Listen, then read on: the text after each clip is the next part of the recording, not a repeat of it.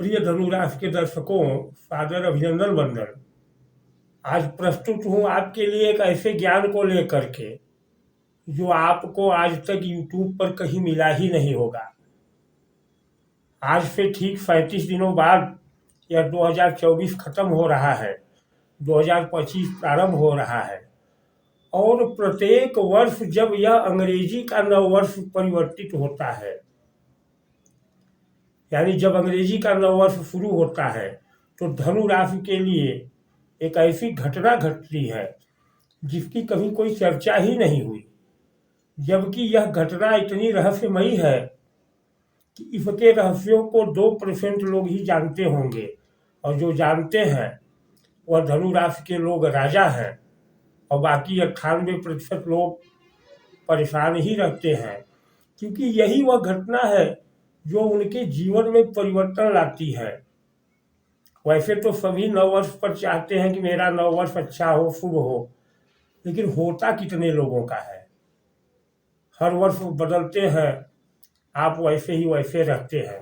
तो आज यह रहस्य बताने जा रहा हूँ जो 2024 से समाप्ति से लेकर के 2025 को आपके लिए बहुत बड़ा अवसर उपलब्ध करा सकती है। इसका ज्ञान अवश्य लें, इसके लिए वीडियो को पूरा देखें गंभीरता से। तो आइए शुरू करते हैं वीडियो। उससे पहले निवेदन है कि चैनल पर नए हो तो सब्सक्राइब कर दें, वीडियो को लाइक और शेयर करें। जैसा कि आपने थंबनेल में देखा है कि 15 नवंबर तक आप इतिहास रच सकते हैं 2025 के लिए। क्या कहे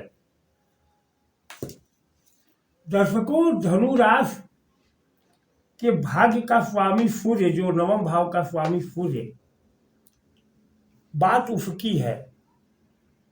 भाग्य और भाग्य के स्वामी से बड़ा तो कुछ नहीं। हर व्यक्ति चाहता है कि नए वर्ष में उसका भाग्य कुछ अच्छा हो।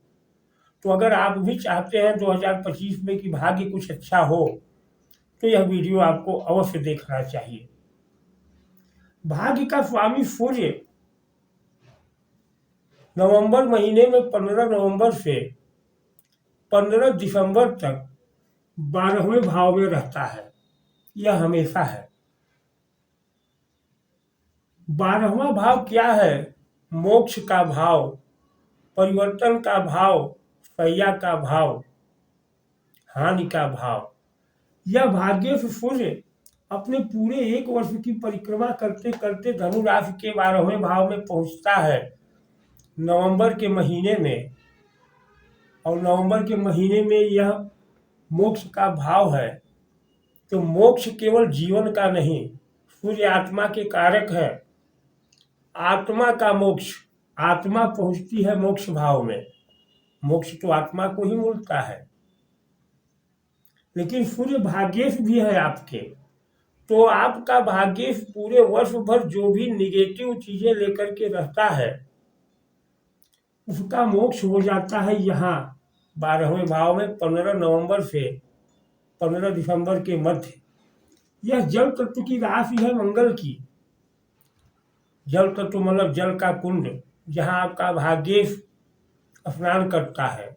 और तब जब नया वर्ष प्रारंभ होता है 1 जनवरी, तो उसके 15 दिन पहले ही सूर्य 15 दिसंबर 16 दिसंबर को आपकी ही राशि में होता है। यानी भाग्येश आपका अपने पूरे श्रम, अपने पूरे वर्ष भर के निगेटिव तत्वों को इस 12वें भाव में धो करके, मुक्त हो करके आपकी राशि में आ जाता है 15 दिसंबर को।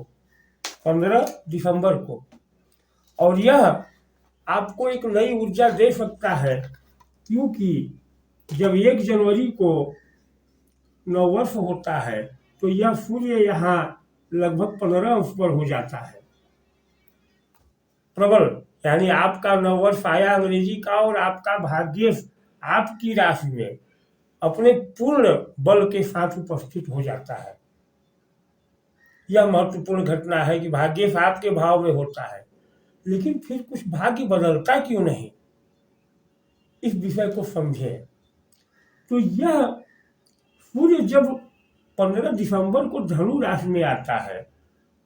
तो प्रथम यह होता है मूल नक्षत्र, केतु के मूल नक्षत्र में, और सूर्य एक नक्षत्र में 13.5 दिन 14 दिन रहता है। तो 15 दिसंबर से लगभग 29 दिसंबर तक, ध्यान दें, 15 दिसंबर से 29 दिसंबर तक यह सूर्य केतु के नक्षत्र में रहता है। केतु मतलब क्या? केतु मोक्ष के कारक, नैराश्य के कारण, वैराग्य के कारक। तो यहाँ आपके अंदर एक निराशा, अवसाद उत्पन्न करता है, और उसी अवस्था में आ जाती है 1 जनवरी, और 1 जनवरी को सूर्य होता है पूर्वाषाढ़ा, जो शुक्र का नक्षत्र होता है। यह आश्चर्यजनक घटना है। अंग्रेजी के नव वर्ष की यह घटना धनु राशि के लिए आश्चर्यजनक परिणाम दे सकती है, अगर आप रहस्यों को समझ जाए। 1 जनवरी जब नव वर्ष आता है हर वर्ष, तो सूर्य यानी जो आपका भाग्येश है, जो आपकी आत्मा है, आत्मा का कारक है, वह होता है शुक्र के पूर्वाषाढ़ा नक्षत्र में। शुक्र क्या है? शुक्र आपके लिए एकादश भाव के स्वामी और 6ठे भाव के स्वामी है, यानी आपके इनकम भाव के स्वामी है, आपके ऋण भाव के स्वामी है। आपका भाग्य या तो इनकम देगा या ऋण देगा, यह तय हो जाता है 1 जनवरी के दिन। लेकिन कैसे? तो समझे कि शुक्र का कारकत्व क्या है। शुक्र है मक्खन। अगर शुक्र की तुलना की जाए तो शुक्र आपका सुख, आपका भोग, लेकिन जब पदार्थ में शुक्र की कल्पना की जाए तो शुक्र है मक्खन, जो घी से पहले की स्थिति होती है वह। और सूर्य क्या है? सूर्य है अग्नि। तो अग्नि और मक्खन का संपर्क हो, तो अगर अग्नि कमजोर है और मक्खन की मात्रा अधिक है तो अग्नि बुझ जाएगी। यानी आपका भाग्य, अगर सूर्य आपकी कुंडली में कमजोर है और शुक्र बलवान है, तो आपके भाग्य को बुझा देगा पूरे वर्ष भर के लिए।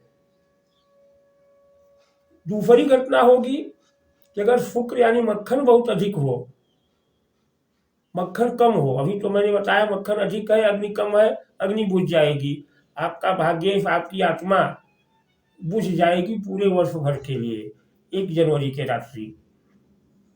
लेकिन अब मक्खन बहुत कम है और अग्नि बहुत ज्यादा है, तो मक्खन जल जाएगा। मक्खन जल जाने का मतलब कि आपके जीवन से प्रेम, उल्लास, हर्ष, सुख खत्म हो जाएंगे पूरे 1 वर्ष के लिए। और एक ऐसा भाग्य निर्मित होगा 1 वर्ष के लिए जो केवल आपको चिंता, यानी यह एकादश भाव खत्म हो जाएगा, केवल 6वां भाव बचेगा। शुक्र का एकादश भाव का स्वरूप खत्म हो गया क्योंकि मक्खन जल गया, और बचा क्या? रोग, ऋण, शत्रु का भाव। और अगर शुक्र अधिक है तो बता चुका हो, तो भाग्य ही बुझ जाएगा। तो यह महत्वपूर्ण घटना होती है 1 जनवरी से आपके लिए। ऐसी घटना किसी भी राशि के लिए कभी नहीं होती। तो इसका लाभ क्या लें और कैसे इस रहस्य का आप अपने उपयोग में लाएं, विषय इसका अब है। शुक्र और सूर्य का यह संबंध जो हो रहा है, इसके बीच में एक मध्यस्थ चाहिए जो बैलेंस बना सके, कि न तो भाग्य रूपी अग्नि बुझे और न मक्खन रूपी सुख जले।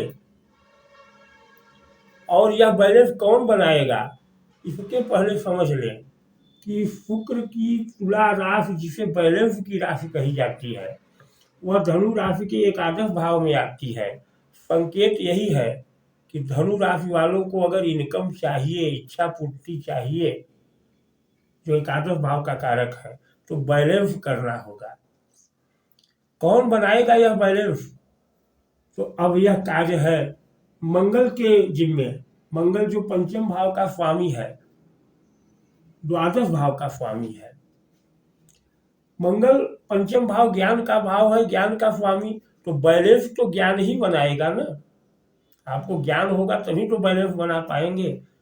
तो शुक्र और सूर्य के बीच में बैलेंस बनाएगा यह मंगल। कैसे? शुक्र भोग है। भोगता कौन है? आत्मा नहीं भोगती, आत्मा लिप्त हो जाती है, भोगता शरीर है। और शरीर में प्रमुख होता है रक्त, और रक्त के कारक होते हैं मंगल। तो यह मंगल बैलेंस बनाएंगे, कैसे बनाएंगे इसकी चर्चा आप कर लेते हैं, तो आप इस रहस्य को समझ चुके होंगे। अगर शुक्र और सूर्य का यह बैलेंस आपने जीवन में बना लिया, तो आपके लिए नववर्ष शुभ होता जाएगा, हर वर्ष का नववर्ष शुभ होगा, अच्छा परिणाम देगा। तो आइए बैलेंस की बात करें कि कैसे बैलेंस बनेगा। पिछले 2-3 वीडियो से मैं अपनी इष्ट देवी, जो धनु राशि की इष्ट देवी है, मंगल शक्ति, मंगलामुखी शैया शक्ति के बारे में बता रहा हूं। उन्हीं के गहराइयों को खोजते हुए यह वीडियो और यह ज्ञान मुझे मिला है। मंगल की शक्ति है मंगला। इनको, जैसा कि मैंने कहा कि शैया भाव 12वां भाव है। अब आपके जीवन में सबसे बड़ा लाभ क्या है? कि आपकी हानि रुक जाए, इससे बड़ा लाभ कुछ हो ही नहीं सकता। तो इन देवी का जिस शैया यंत्र की बात मैं पिछले वीडियो से भी कह रहा हूं, 31 दिसंबर की रात्रि, जो कि पड़ेगा उस दिन मंगलवार, ध्यान दे, बहुत उचित अवसर है, मंगलवार पड़ेगा 31 दिसंबर की रात्रि, और मध्य रात्रि के बाद दिन बदल जाता है, आप जानते हैं। तो उसी मध्य रात्रि इस मंगलामुखी का विशेष यंत्र आप अपनी शैया यानी 12वें भाव में स्थापित करें, और मंगलामुखी का मंत्र उस रात्रि जाप कर ले, एक माला। यह यंत्र जो तैयार हो रहा है मेरे द्वारा, कुछ विशेष विधियों द्वारा हो रहा है। इसकी स्थापना इसी अगले शुक्रवार यानी 29 नवंबर को की जा रही है, जो लाइव कार्यक्रम मैं करूंगा थोड़ा सा। इस दिन यंत्र सारे मां मंगलामुखी के चरणों में स्थापित कर दिए जाएंगे, और 3 शुक्रवार इनकी पूजा होगी विशेष जाप द्वारा, विशेष हवन द्वारा। 29 नवंबर शुक्रवार को यह स्थापित होंगे, 29 शुक्रवार। फिर 6 दिसंबर शुक्रवार पड़ रहा है। इस दिन विवाह पंचमी है, विवाह पंचमी भी है, विवाह पंचमी। इस दिन इनका संस्कार होगा। और फिर 13 दिसंबर को शुक्रवार पड़ रहा है, 13 दिसंबर को शुक्रवार पड़ रहा है। उस दिन प्रदोष है, शिव का प्रदोष, और शिव की शक्ति है मंगला शक्ति। तो यह 3 शुक्रवारों में यंत्र तैयार होगा, और फिर 13 दिसंबर के बाद और 31 जनवरी के पहले तक, 31 दिसंबर, 13 दिसंबर से 31 दिसंबर के मध्य आप तक किसी भी तरह से पहुंचाया जाएगा, स्पीड पोस्ट, कोरियर, किसी भी तरह से। क्योंकि 31 जनवरी की रात्रि, 31 दिसंबर भाई, 31 दिसंबर की रात्रि मंगलवार है, और उसी मंगलवार की मध्य रात्रि इस यंत्र को आपको अपनी शैया पर स्थापित करना है। तब जाकर के यह शुक्र और सूर्य का बैलेंस, क्योंकि शुक्र कहाँ है? शैया पर है, और सूर्य शैया भाव से निकल करके ही आपकी राशि में आया है। तो यह बैलेंस तभी बनेगा, और तब क्या होगा? मक्खन जलेगा नहीं, भाग्य बुझेगा नहीं, मक्खन घी में परिवर्तित हो जाएगा, जो कि आपके भाग्य का लाभ होगा। तो आशा करता हूं कि वीडियो को समझ गए होंगे आप। इस पर मैं कुछ और वीडियो लाऊंगा, लेकिन इस तथ्य को समझें कि अगर इस यंत्र को आपको प्राप्त करना है, जो कि करना ही चाहिए, तभी आपका शुक्र और सूर्य बैलेंस होगा। तो इस पर खर्च बहुत नहीं है, मात्र 2100 रुपये का व्यय है, क्योंकि 3 शुक्रवार पूजा इसकी होगी। इसके लिए आप अभी से अपना नाम, पता, जन्मतिथि हमको व्हाट्सएप करके यह शुल्क व्हाट्सएप पर रसीद भेजें, गूगल पे, फोन पे द्वारा दिए गए नंबर पे। फोन न करें, पुनः निवेदन है, फ़ोन नहीं उठेगा, व्यस्तता है।